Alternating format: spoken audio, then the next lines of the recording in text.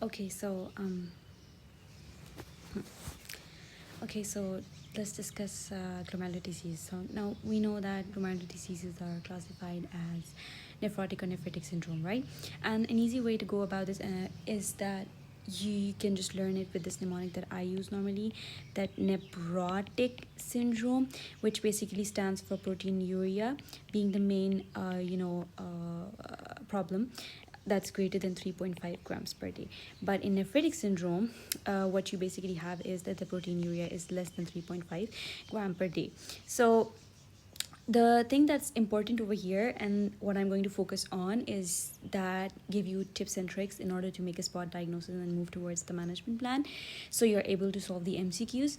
But I'm not gonna go in the nitty-gritty details of like what you can see on like electron microscopy or anything like that. Okay, so nephritic syndrome is basically, so I don't know, but this very much sounds like I for inflammation. So it's basically glomerular inflammation that you need to keep in mind. So there's GBM damage, right? So the basement membrane, you need to know the structure. So this is the endothelial cells, right?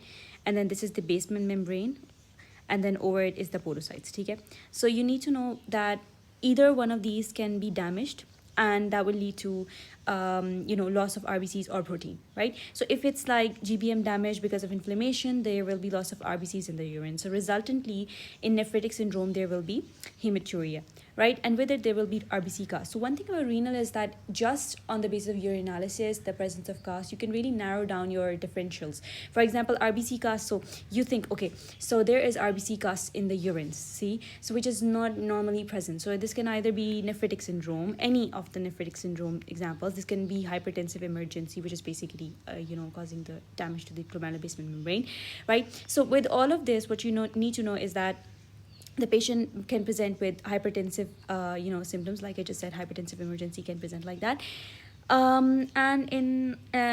There is, so one thing more, there is proteinuria, but it's less than 3.5 gram per day. You need to know this. Okay, we'll discuss the examples in detail later on. For nephrotic syndrome, what you need to know is very importantly that greater than 3.5 gram per day is basically these podocytes damaged, which basically leads to impaired filtration, right? So molecules that are larger in size. I don't know if you guys remember the anatomy or like the physiology of normal glomerular basement membrane. So, negatively charged, and I think like there's a limit, I don't know, 1 millimeter or what.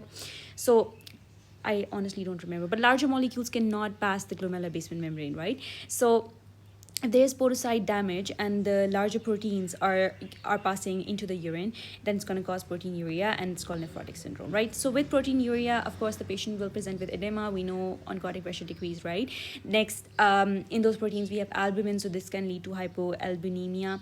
So what happens is that when there is less protein in the body, liver gets the signal to increase the protein synthesis, which includes lipoproteins. So make the connection. So increase lipoproteins, so increase hepatic lipogenesis, hypercholesterolemia.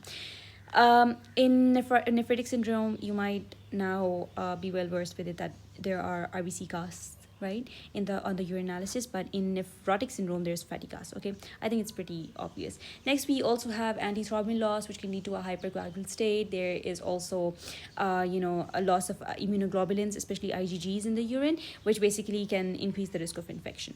So moving on, I think this is pretty obvious that there can be nephritic syndromes examples, which basically includes the membranoproliferative or diffuse proliferative glomerulonephritis. It basically has like the nephrotic range proteinuria, and with it the features of nephritic syndrome. For example, there can be RBC cast, and there will be hypertensive episodes, and like that. So next we have the nephritic syndrome.